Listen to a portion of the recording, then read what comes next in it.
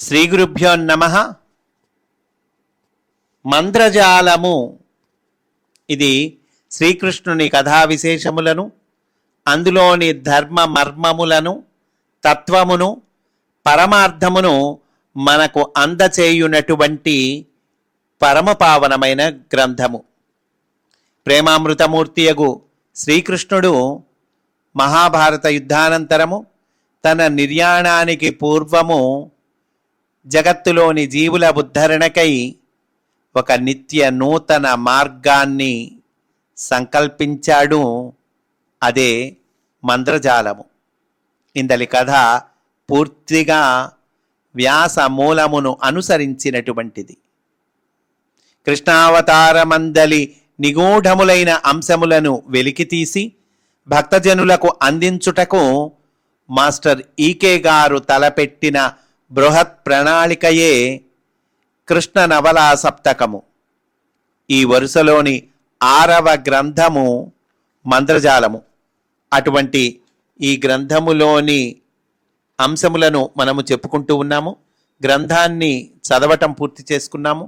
అటుపైన ఈ గ్రంథంలోని అంశములు చక్కగా అవగతము అవ్వటము కోసము పరమపూజ్యులు కీర్తిశేషులు మాస్టర్ ఈకే గారి అంతేవాసి అయినటువంటి శ్రీ బివి నరసింహరాజు గారు రచించినటువంటి మంత్రజాల దర్శనము అనే గ్రంథంలోని అంశములను మనము చెప్పుకుంటూ ఉన్నాము.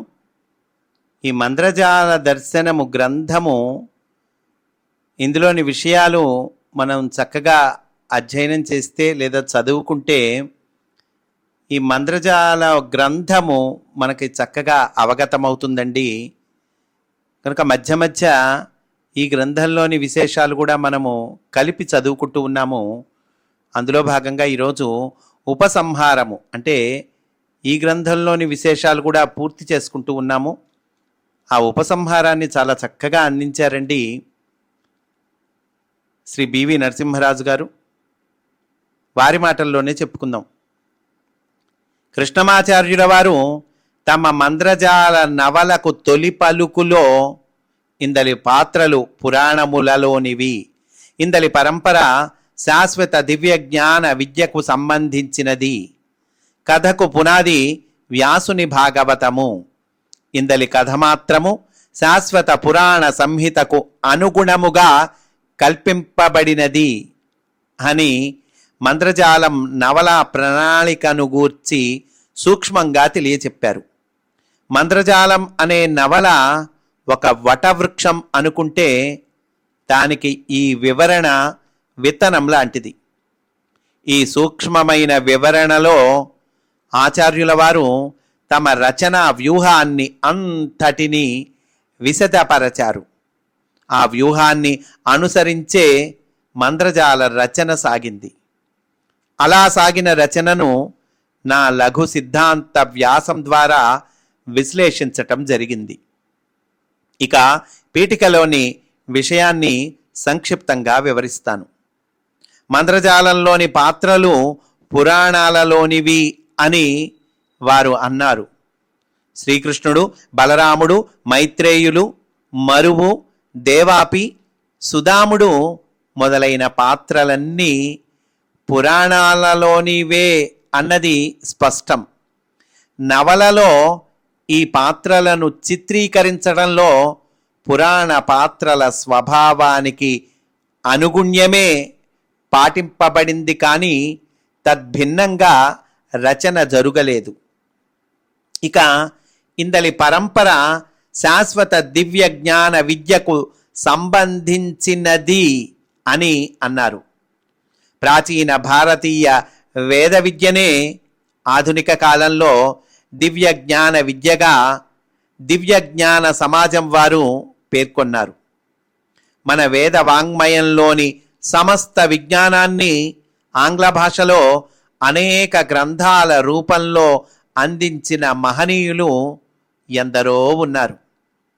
హెలీనా పెట్రోవా బ్లావెట్స్కీ అనే రష్యా దేశపు సిద్ధురాలు బోధిసత్వ మైత్రేయులు, మోరియా, కుతుహోమి, జ్వాల్కూల్ అనే దివ్య పురుషులను దర్శించి వారికి ఆజన్మాంతం శుశ్రూష చేసిన మహాత్మురాలు. ఆ బ్లావెట్స్కీ మాతే దివ్య జ్ఞాన సమాజాన్ని స్థాపించి బ్రహ్మ విద్యను నేల 4 చెరగులా ప్రచారం చేసింది.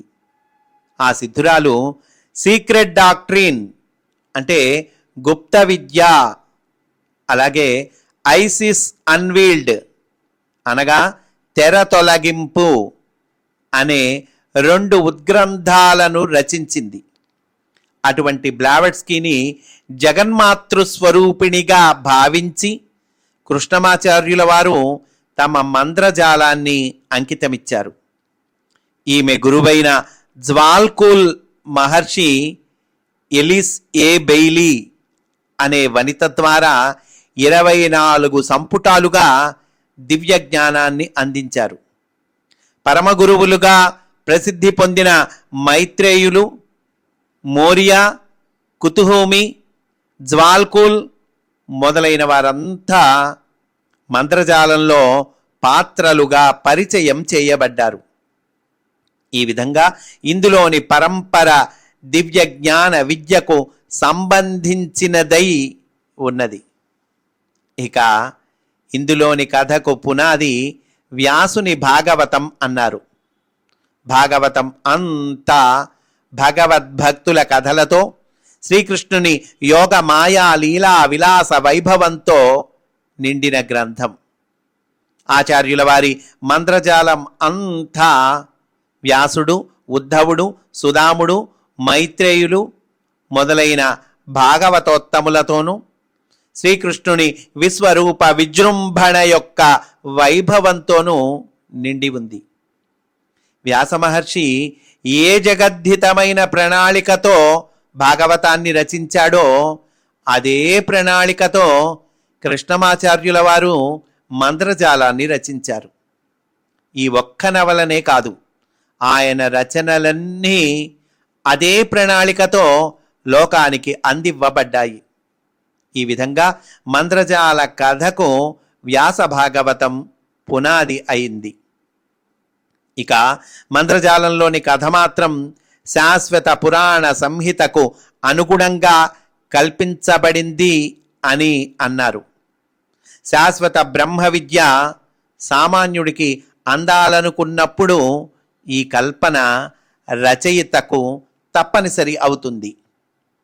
జీవధర్మాలను, ఇంద్రియాది ప్రవృత్తులను పాత్రలుగా కల్పించి నిర్మించిన ఇతిహాసాలు మనకి ఉండనే ఉన్నాయి.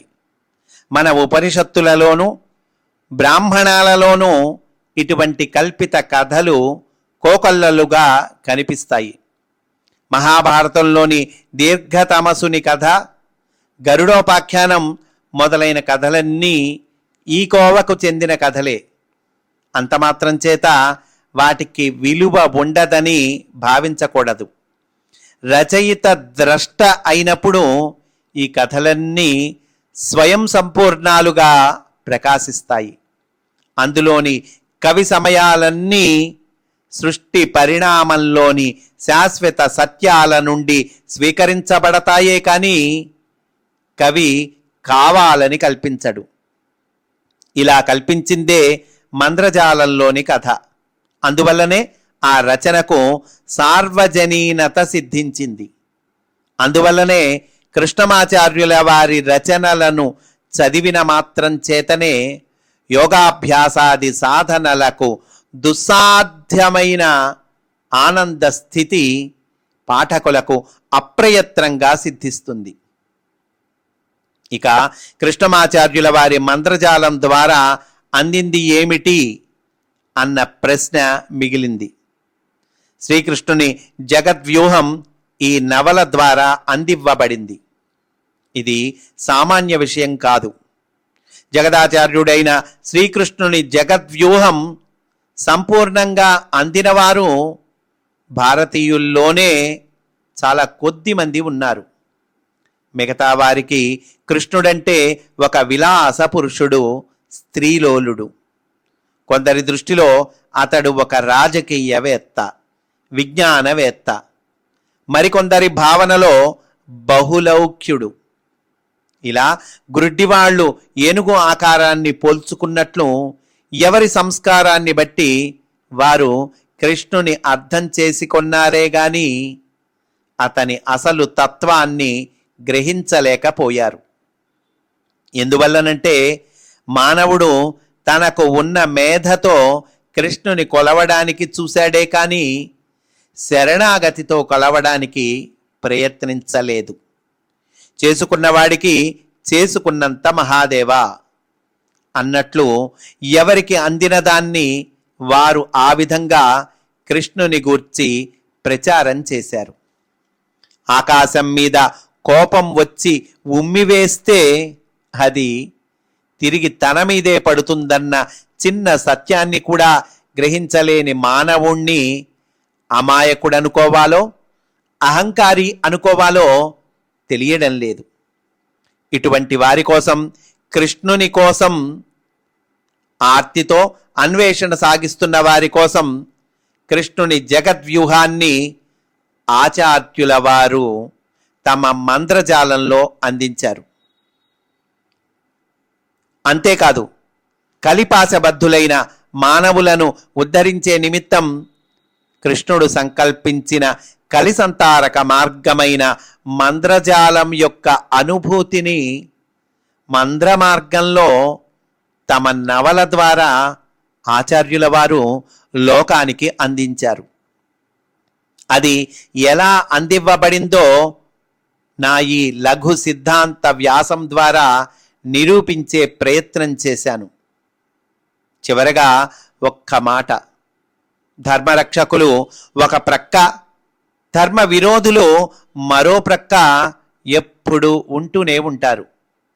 ఇది సృష్టి ఆది నుండి వ్యక్తమవుతున్న సత్యం. ఈ ధర్మాధర్మ సంఘర్షణ వల్లే అసలు ధర్మస్వరూపం సువ్యక్తం అవుతుంది. చెడ్డ ఉన్నప్పుడే మంచి యొక్క విలువ బహిర్గతం అవుతుంది. అవివేకులు ఉన్నప్పుడే వివేకం ప్రకాశిస్తుంది. అజ్ఞానం కారణంగా జ్ఞానం వెలువడుతుంది. మ్లేచ్ఛ ధర్మం విజృంభించినప్పుడే వేదస్వరూపం దర్శనమవుతుంది. సూర్యుడు లేనప్పుడే పూర్ణిమ అంటే ఏమిటో తెలుస్తుంది. చీకటిలో ఈదుట చంద్రకిరణములకే కాదు సూర్యకిరణములకు కూడా తప్పదు. కానీ చీకటి అంటకుండుటయే కిరణముల విశిష్టత అని ఆచార్యుల వారే తెలిపారు.